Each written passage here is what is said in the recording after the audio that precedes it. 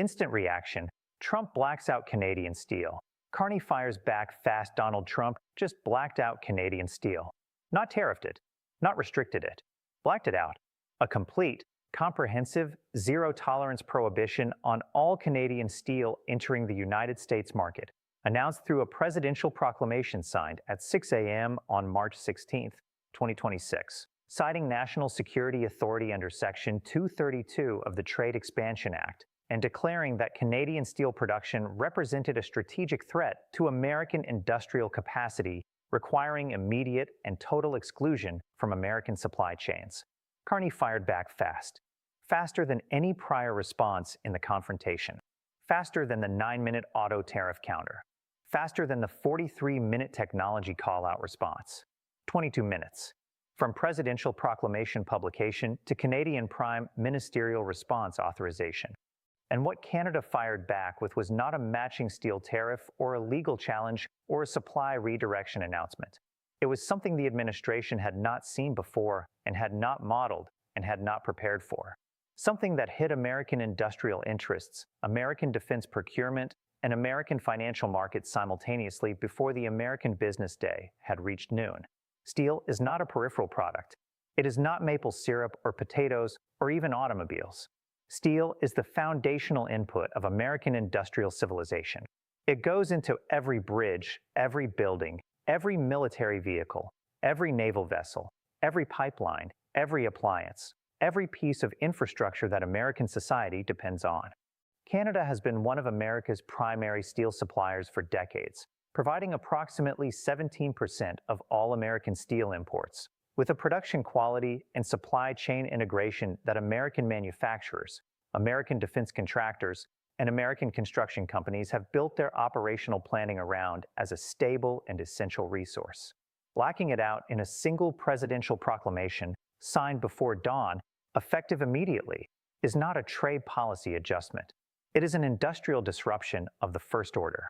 And firing back fast the way Carney fired back means the disruption cuts both ways before the American steel market has had time to even begin adjusting to the new reality.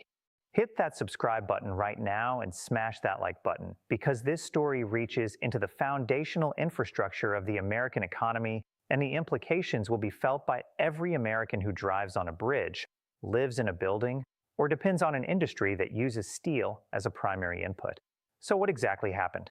At 6 a.m. on March 16, 2026, the White House released a presidential proclamation invoking Section 232 of the Trade Expansion Act to impose a complete prohibition on Canadian steel imports into the United States.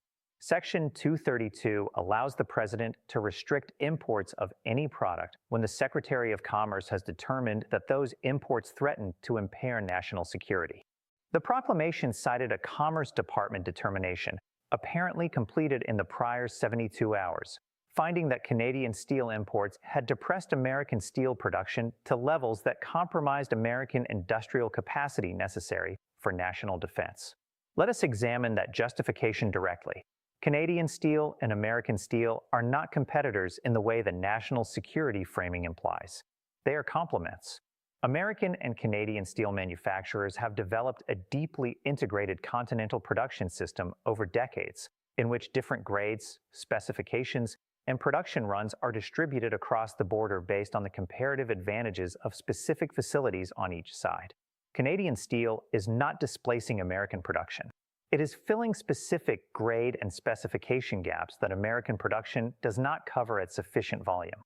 The Commerce Department determination finding a national security threat in Canadian steel imports was, according to 4 independent steel industry economists contacted by the Wall Street Journal within the first hour of the proclamation's publication, not supported by any published analysis of American steel industry capacity or American defense procurement requirements.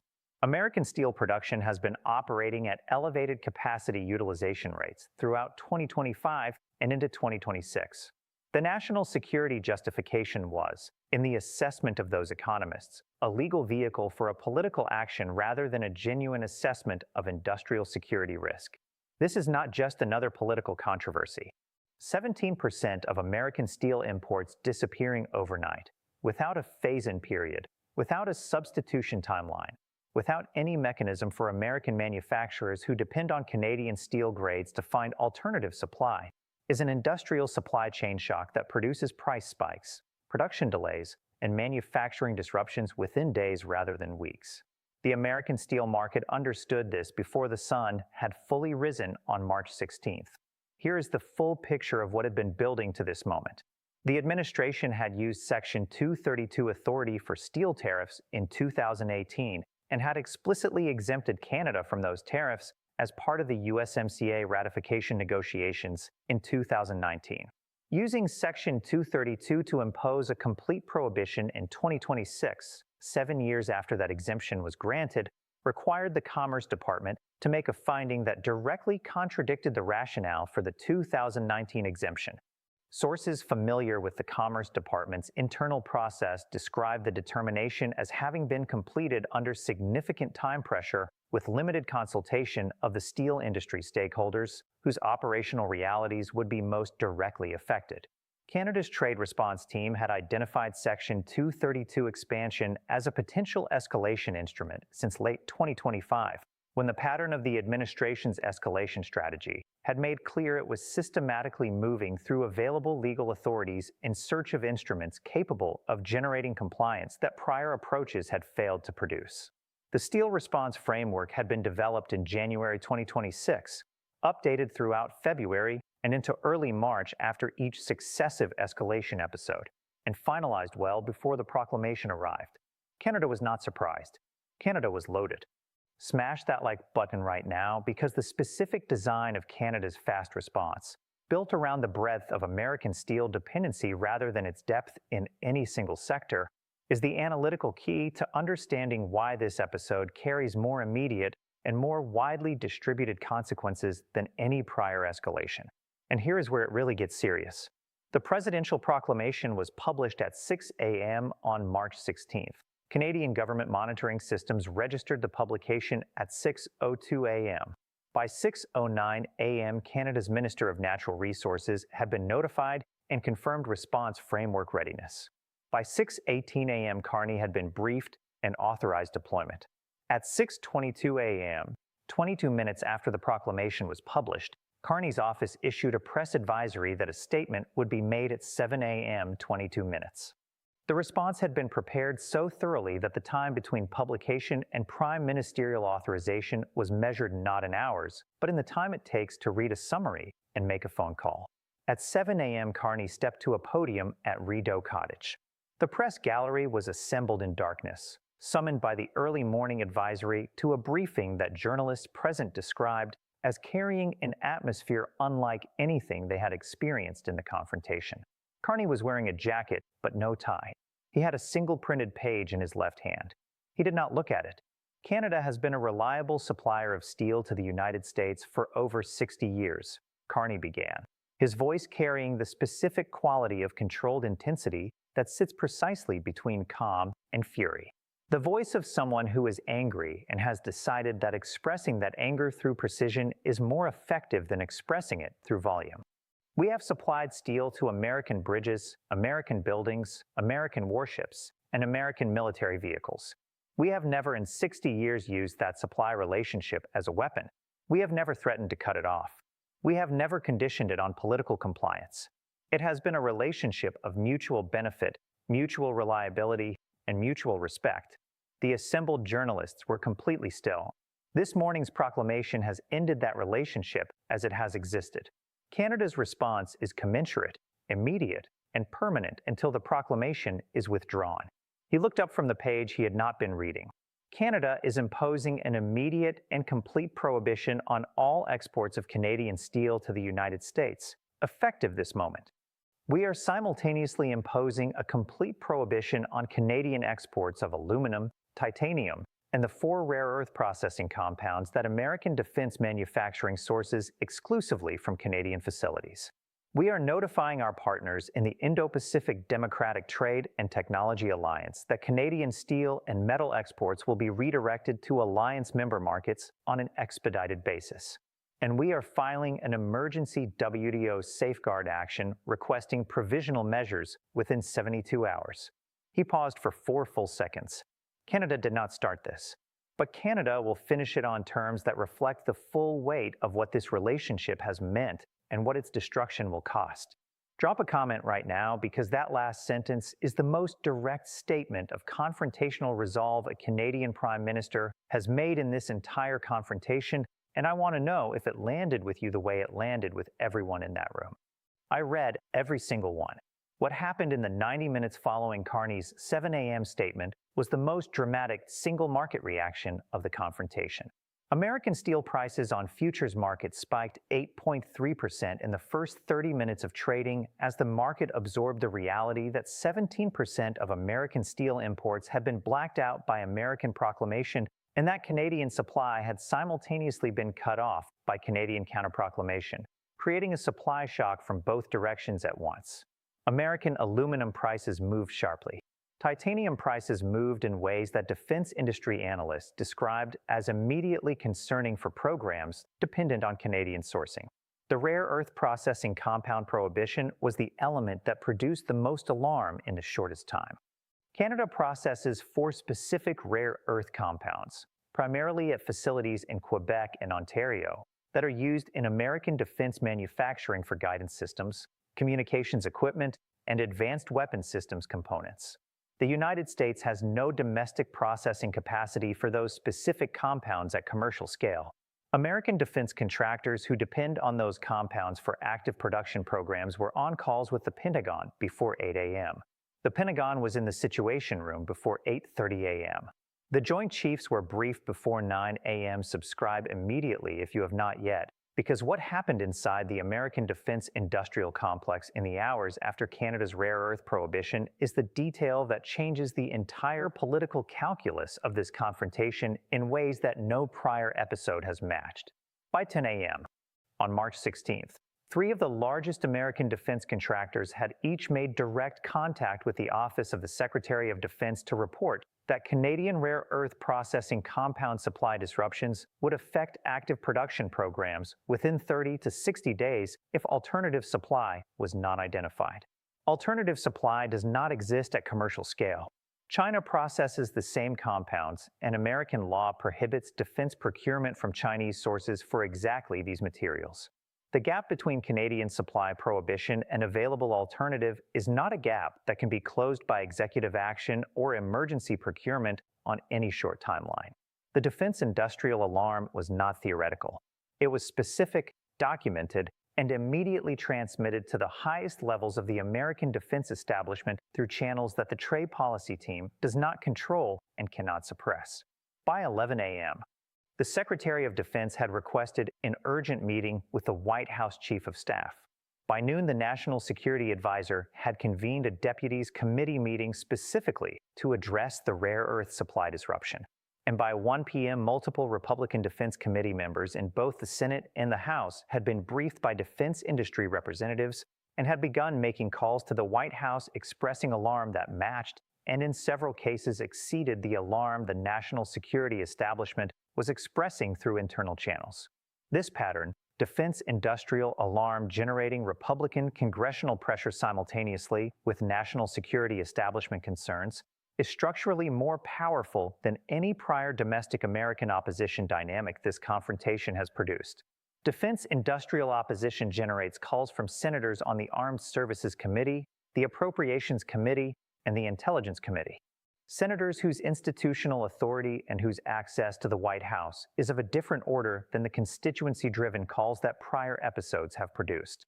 Don't go anywhere because Trump's response to Carney's 7 a.m. statement and what it contained and what it failed to contain is the most explosive detail in this entire story. Trump's response came at 9:23 a.m. on March 16th. A Truth Social post. It called Canada's counterproclamation an act of economic war.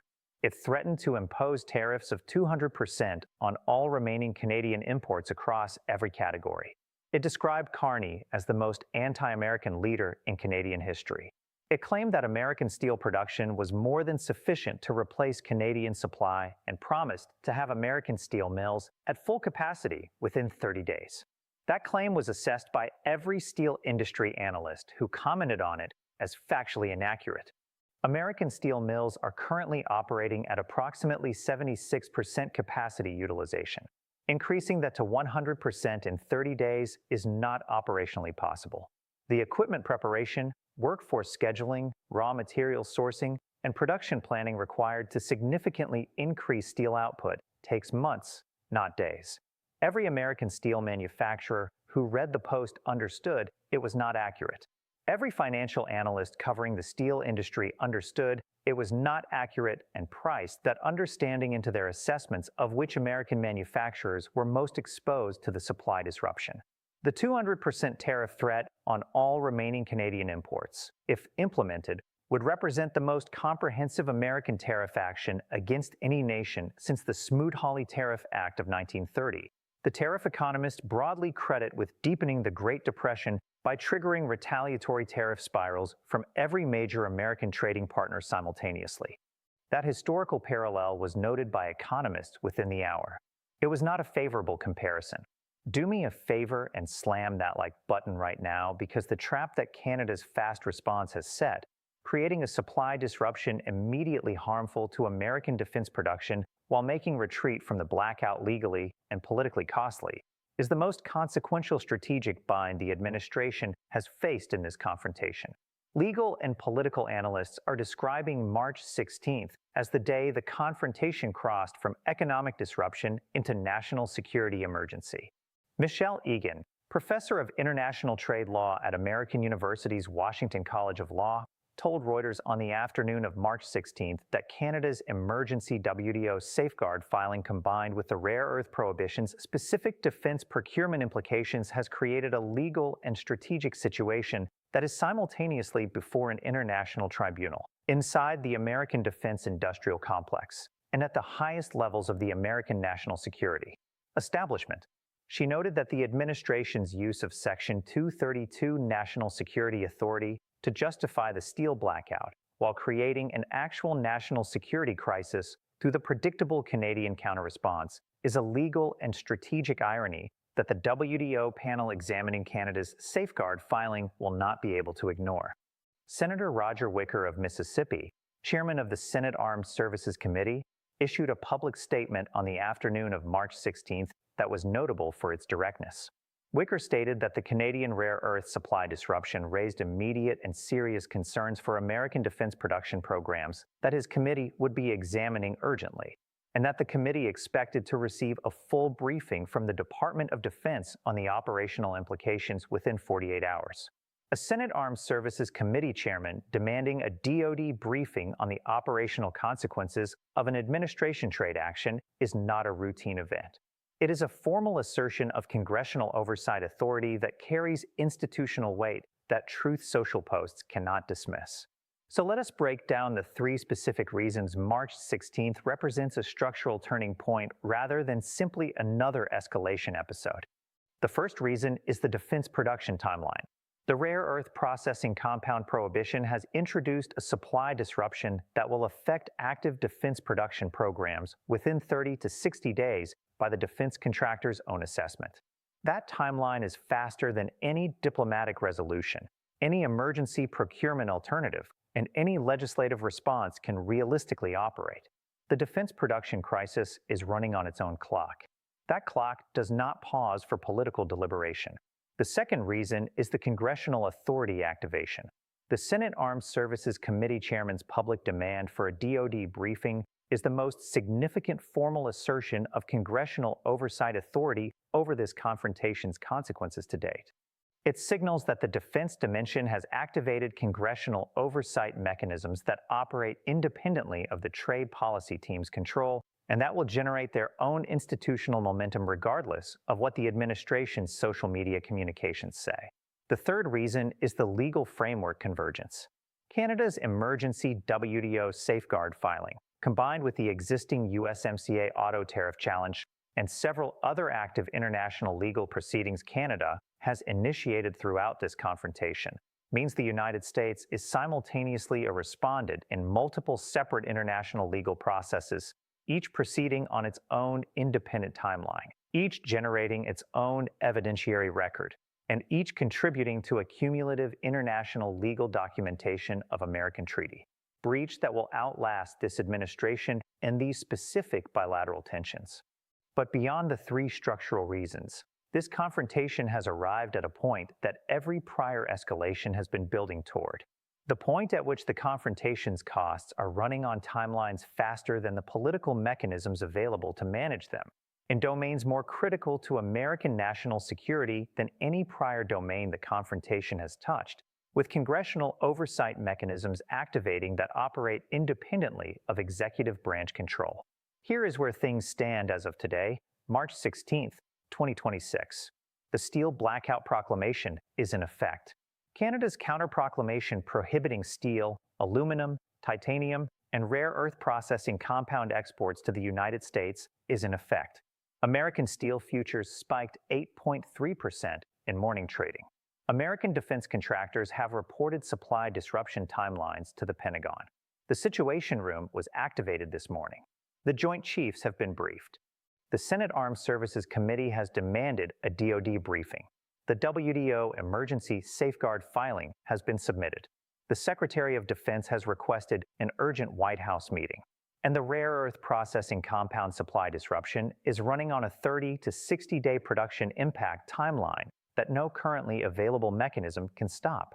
This is where the confrontation stands today. Not in a week, not next month, today, right now. And the decisions made in the coming hours inside the West Wing, inside the Pentagon, inside the Senate Armed Services Committee, and inside Canada's Privy Council office will determine whether this confrontation finds its resolution before the defense production crisis becomes the kind of permanent structural damage that survives whatever diplomatic outcome eventually follows. The stakes have never been higher. The defense production timeline has never been shorter. And the distance between a steel blackout signed before dawn and the national security emergency it created before noon has never more clearly illustrated what sustained escalation without genuine diplomatic engagement produces when it finally reaches a domain where the cost cannot be absorbed, deferred, or managed through social media declarations and tariff threats. Pause for a second and hit that like button if you are finding value in this coverage.